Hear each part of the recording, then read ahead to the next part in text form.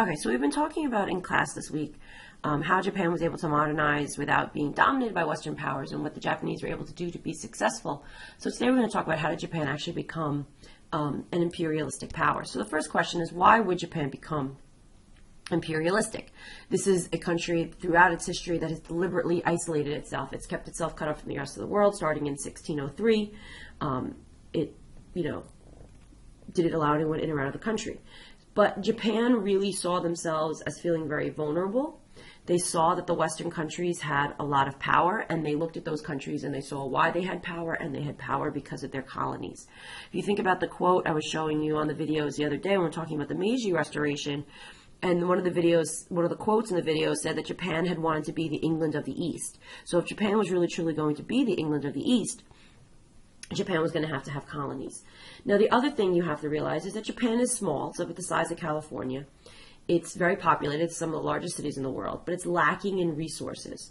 So it's lacking in natural resources, densely populated, and no room for natural expansion. So that means that if Japan is going to continue to industrialize, that Japan is going to have to start taking colonies in order to acquire those natural resources. So the first time Japan manages to kind of seem like it started to become an imperialistic nation, get some land out of what traditionally has always been Japan, is 1874. So in 1874, Japan was able to take some island holdings away from China. And this also shows you just how weak China was, that Japan was able to get this land. So basically what happened is 54 of Japan's sailors had been killed by Aborigines on one of the Ryukyu Islands. Basically, scratch that. In 1874, Japan was demanding compensation, 54 of its sailors who had been killed by Aborigines on the island of Taiwan. And the Qing government basically evaded responsibility. They kind of just ignored Japan's arguments and ignored Japan's demands for compensation. However, they agreed to pay an indemnity, which kind of weakened their claim. So as a result, in 1874, Japan seized what's called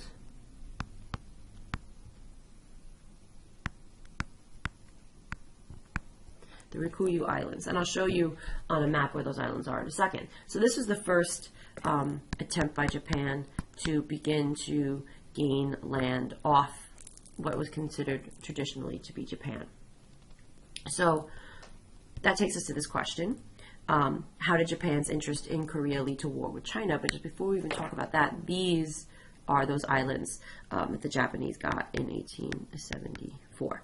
So how did Japan's interest in Korea lead to war with China? So in the early 19th century, Korea, which is right here, this is a more recent map, so that's why it's already divided into north and south at this point. It still would have just been one Korea.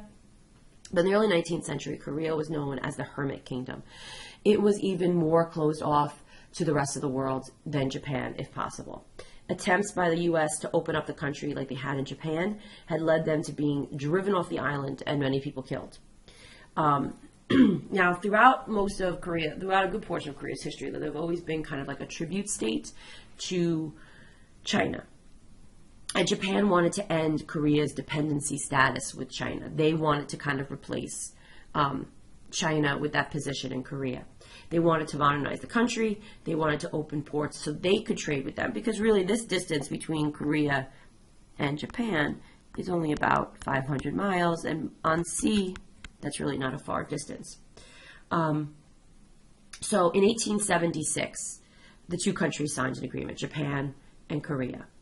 Korea would be open for trade with Japan. Japan would recognize Korea's independence from China. This was in 1876.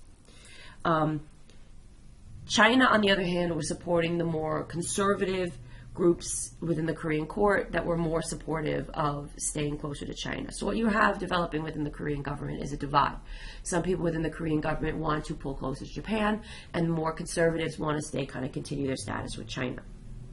That was fine. Nothing really happened until 1894. So fast forward then to 1894. A rebellion is going to break out in Korea in 1894.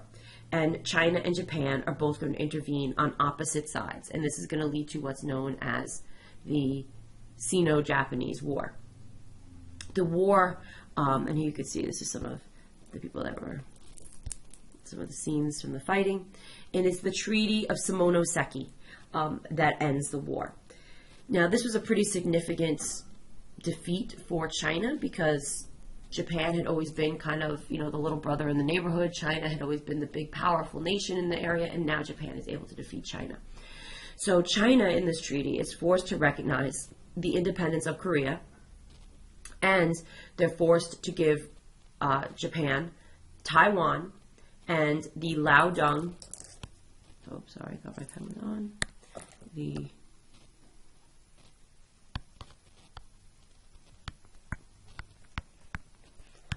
Peninsula. Now, this is significant because this is the first time that Japan is going to get holdings in mainland Asia. So that's a pretty significant thing. So if we will go here, we go back to this map, and I'll erase some of my writings here. But if we go back to this map, so what we know, Japan already has these islands from 1874. They're going to get Taiwan. This is the top half of Taiwan. They'll get the rest of Taiwan. And then they're going to get the Liaodong Peninsula, which is this land here. So this is the first time that Japan is going to have holdings, again, in mainland Asia. So that's a pretty significant event. And this was, again, a pretty humiliating defeat for the Chinese. So today, there are still a lot of tensions between China and Japan. Some of the reasons why is offshore. There's an offshore gas field in the East China Sea, which kind of continues the fight over who should have control over those lands. And then also there's tension over disputed. These tensions is exacerbating this mutual distrust that goes back to the Sino-Japanese War. So there's still kind of tensions as a result of this war. And then World War II, which does not make it any better, but we'll talk about that later. So the third question, the last question for this video, why would Japan's victories over China bring them into conflict with Russia? So this kind of seems kind of strange. So why all of a sudden would Russia be getting involved? So now remember, Russia is this big green, Russia is this big green area right here. So Russia and Japan are not that far away. And they are also going to be claiming spheres of influence. So if we think about the spheres of influence and the lands, who's kind of carving up China, Russia getting a sphere of influence and Japan getting a sphere of influence, it's kind of going to be in the same area. So this is going to start to create some tension. Russia also felt that they had a claim to Korea because, if you remember, this too, everything here in green is Russia. So Russia doesn't like the fact that Japan is trying to kind of assert their power over the area. So Russia decides to force Japan to give back the Liaodong Peninsula. Remember, this Liaodong Peninsula was like a point of a great deal of pride to the Japanese because it was their first land holding in Asia. So Japan gets very upset. They're forced to give back this holding. And in 1904, they launch a surprise attack on Russia at their naval base at Port Arthur. This leads to the war starting. Japan basically manages in 1905 to sink the whole Russian fleet off the coast of Korea. And so this was a huge embarrassment. Now, the Russian Tsar, we're going to start talking about Russia when we get back from the break. Now, the Russian Tsar was eager. It's Tsar Nicholas II, the same Tsar who's going to get overthrown in the Russian Revolution in 1917. Tsar Nicholas was eager to get involved in this war with Japan because he figured that this would be a quick battle, easy victory for Russia, and this would give him all sorts of prestige and nationalism and all these types of things. What it does is winds up being the complete opposite because it's this complete failure. The Russians are completely embarrassed, and this makes it even worse with Nicholas II and actually leads to the revolution of 1905 in Russia. So as a result of this humiliating defeat for the Russians, the Japanese got back the Liaodong Peninsula. They got some other island holdings, and then in 1908, they decided to annex all of Korea. So we see Japan becoming even more aggressive in the area. and were able to do something that was pretty significant to the rest of the world, because Russia, even though they were kind of, not the strongest, Russia was still seen as a great power in Europe, and now they're being completely defeated, their whole fleet being sunk by the Japanese, and the power of the Japanese Navy wasn't even on anyone's radar at this point. So this was a complete shock to the world and a complete embarrassment to Russia. So here you could see what happened to the Russians after the Russo-Japanese War. So this is the big major naval battle where they lost to the Japanese.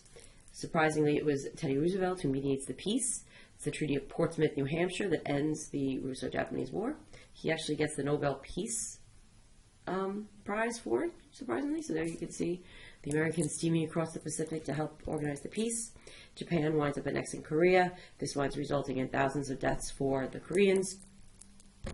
Japan winds up becoming a major player in China.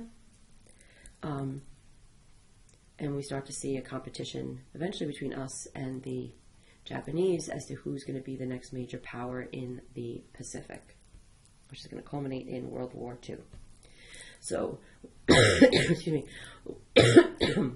Why were the Japanese able to build an empire so fast, and what are the implications for the West? I want you to think about that as you're thinking about all the notes you just took.